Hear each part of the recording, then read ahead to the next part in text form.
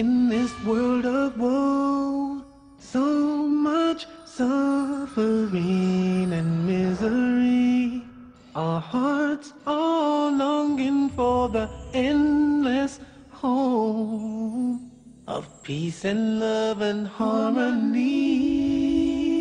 Oh, no more bitterness, hatred or greed. Paradise is the place we need. I feel the peace inside of me.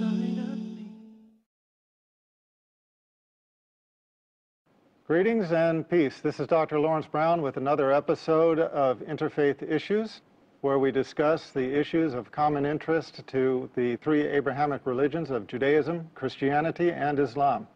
Today, I'm going to be talking on the concept of original sin.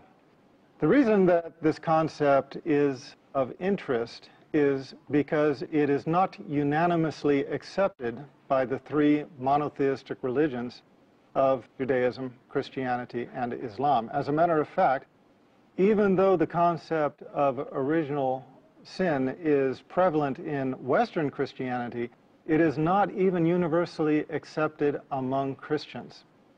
Now, when we look at the Abrahamic faiths, Judaism, Christianity, and Islam, we find that Judaism and Islam have no concept whatsoever of original sin. In fact, the Eastern Christian churches also do not follow this tenet of Trinitarian Christianity. The concept of original sin, I think everybody knows. The proposal is that Adam and Eve sinned when they disobeyed God's commandment not to eat of the fruit of the forbidden tree in paradise. When they ate of the forbidden tree, they became sinful, and that sin has persisted within their lineage, which means you and me, all of mankind, until this time.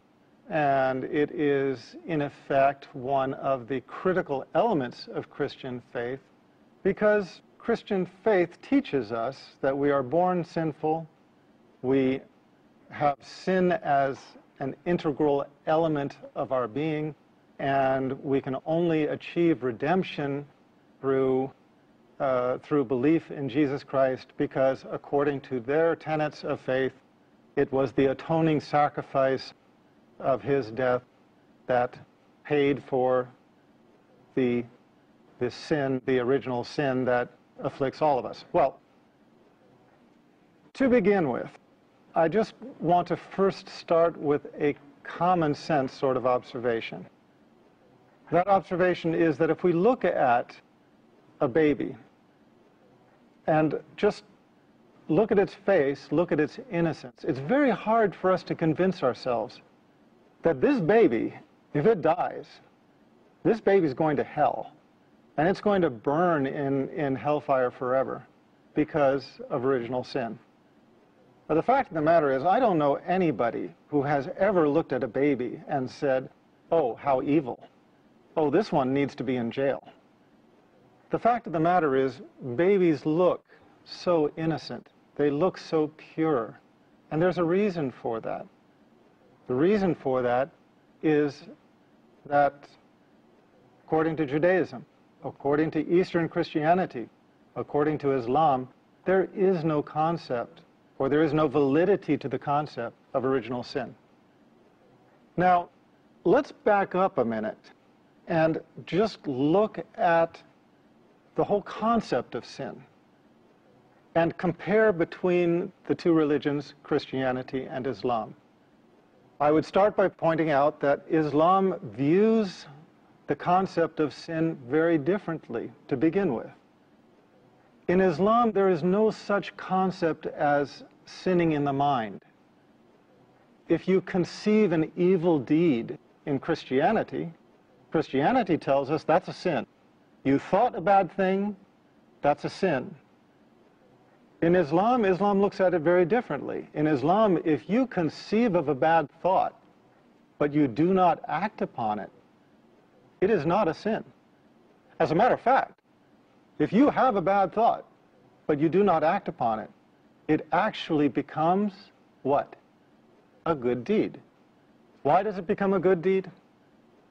Look, I'm going to ask all of us to step back for a moment and look at this from the point of view not of what we have been taught, not from the religion we have been raised upon, not from the teachings of our church, not from the spiritual guide that we follow, but simply from the level of common sense. Simply from the level of common sense, we have to, I feel we have to agree that mankind, both men and women, are more inclined to bad thoughts than they are to good thoughts. That is our nature. That is our existence. Think about it. If a man is walking down the street and he sees a beautiful woman, half naked, walking towards him, is his first thought to run to the closest house of worship and pay charity? Is his first thought to go and take care of some orphans? Is his first thought to go out and commit some act of beauty and righteousness? All you men out there, come on now, you know what I'm saying. For all of you women, if you're walking on the street, you look down and you see a 3-carat diamond ring sitting on the sidewalk, just staring at you saying, please pick me up. How many women in the world have as their first thought that they are going to grab that ring, hold it high, and shout to everybody on the street, here is a perfect quality 3-carat diamond ring. Who lost it? Who does it belong to?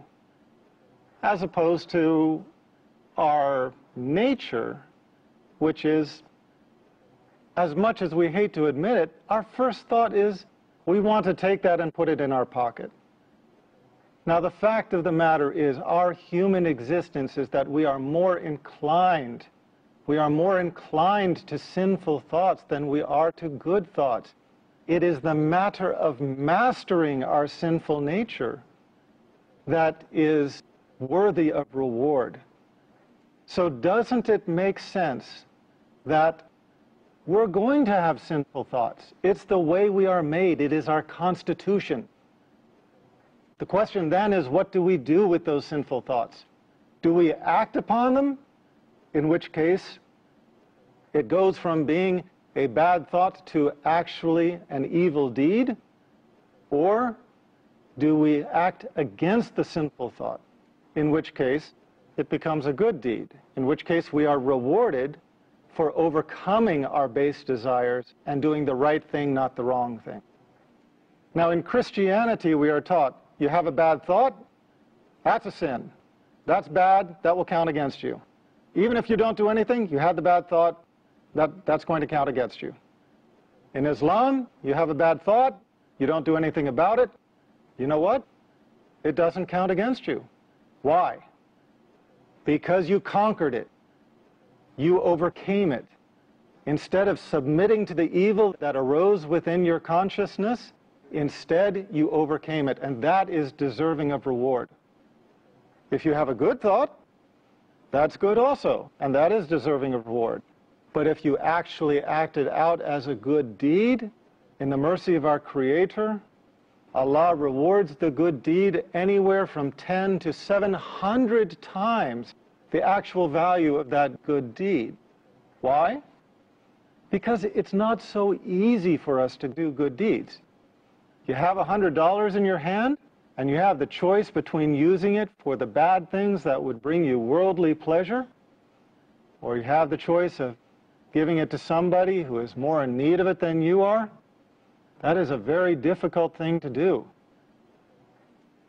So in the mercy of our Creator, the good deed is rewarded by a factor of multiples.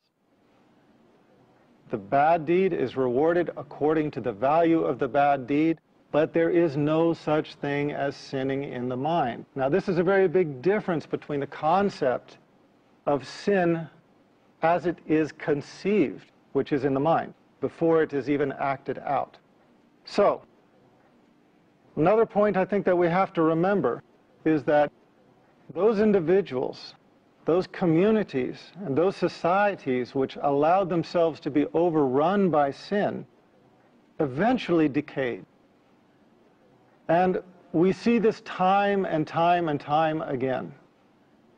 If you look at history, we can think of the Persians, we can think of the Romans, we can think of the Greeks, we can think of Sodom and Gomorrah, we can think of many, many cultures and societies and civilizations that were devoted to hedonism. They were devoted to chasing the pleasures of this life, the sinful pleasures of this life, and eventually the entire society fell into decay and was destroyed.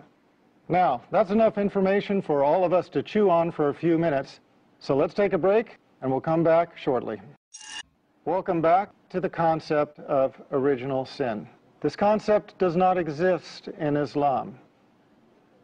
It only exists in Western Christianity, not in Eastern Christianity. And even then, a lot of people have difficulty with the subject for the reason that I mentioned. They look at a baby and they just cannot convince themselves that this baby is carrying the taint of any kind of sin. It looks too pure. So they have to ask themselves, where does this concept come from? If you are a Christian and you're told this teaching comes from Jesus Christ, be careful. That is not anything that Jesus Christ ever taught. Remember, again, Jesus Christ was an Orthodox Jew. This is why he is known as Rabbi Jesus. He taught Orthodox Jewish law. When Jesus was recorded as having said in Matthew 19:14, "Let the little children come to me and do not forbid them." Let the little children come to me and do not forbid them, for of such is the kingdom of heaven. What do you take from that message? If these children are carrying the taint of original sin, how can, quote, "for of such be the kingdom of heaven," when the church is telling us that of such is the domain of hellfire if they die unbaptized? Jesus Christ was teaching a very clear message that children have a purity that is conveyed in his words, "for of such is the kingdom of heaven." Do we find any other teachings that might reinforce that? The Old Testament, the book of laws, the book of Revelation that existed in the time of Jesus, the book that he followed as an Orthodox Jew, records in Ezekiel 18:20, records, quote, "The son shall not bear the guilt of the father.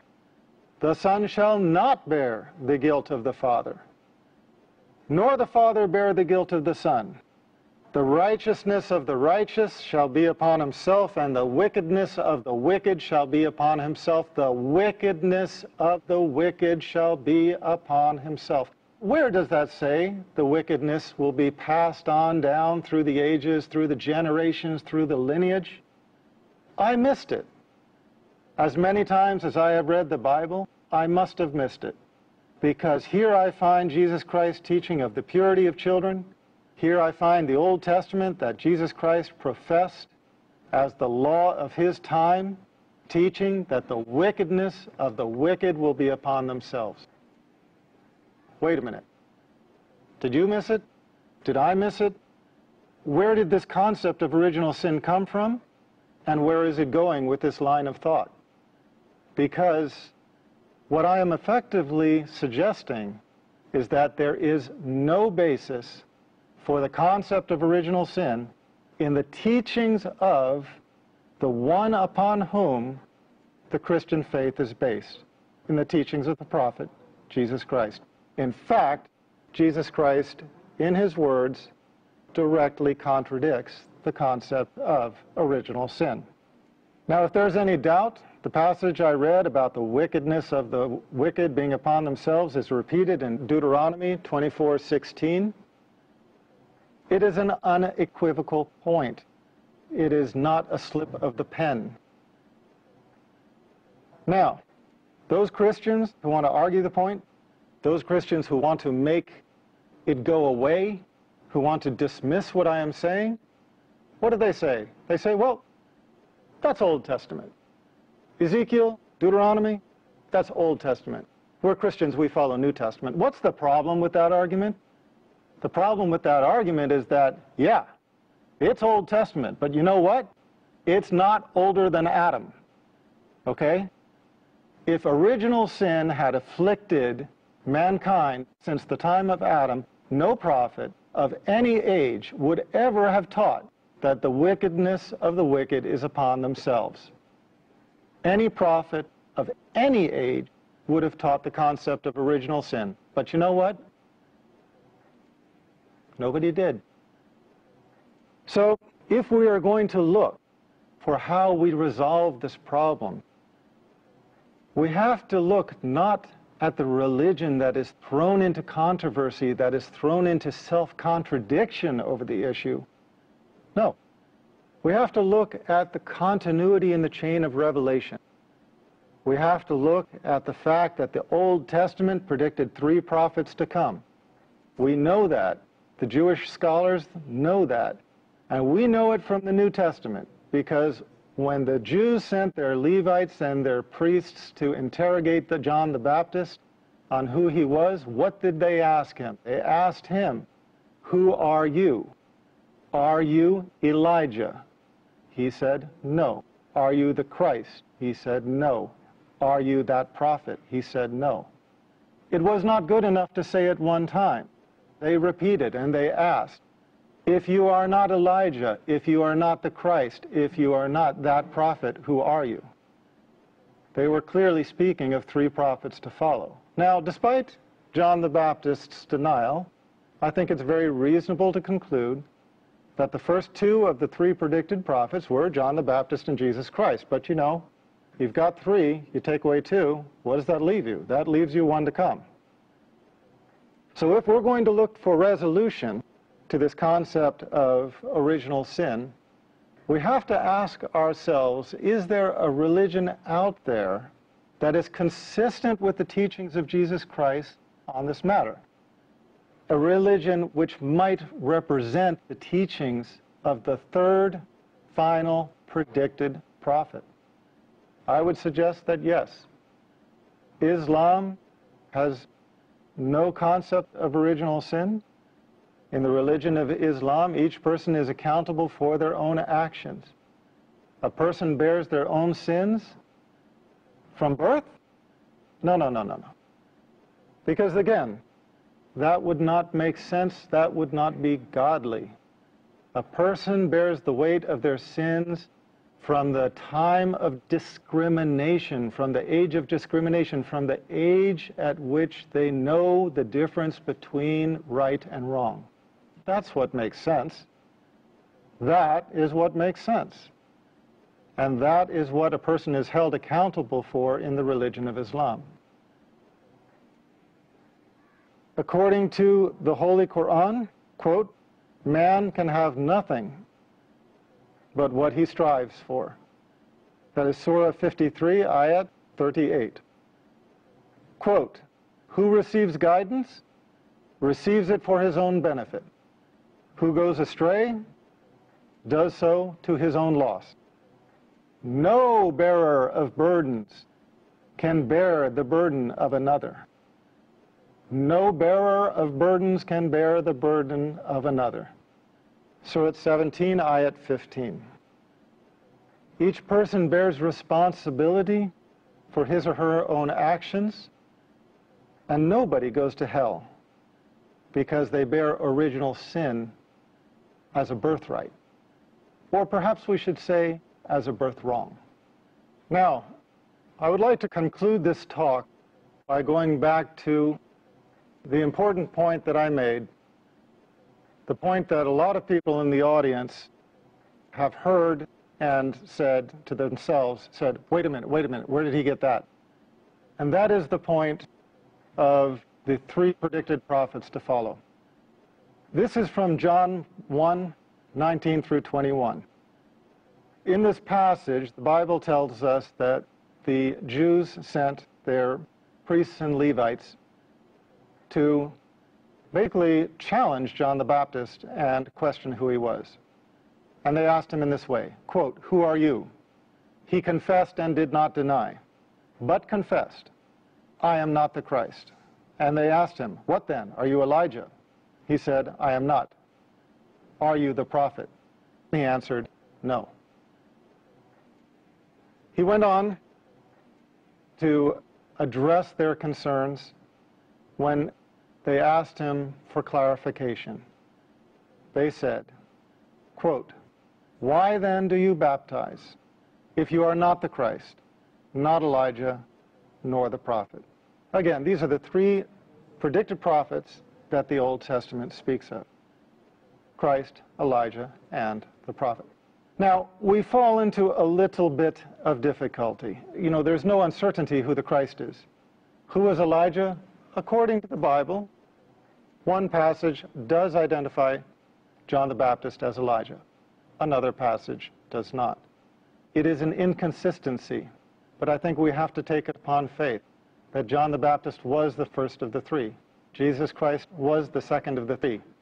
Who was the third of the three? Well, we would expect to find a hint in the New Testament.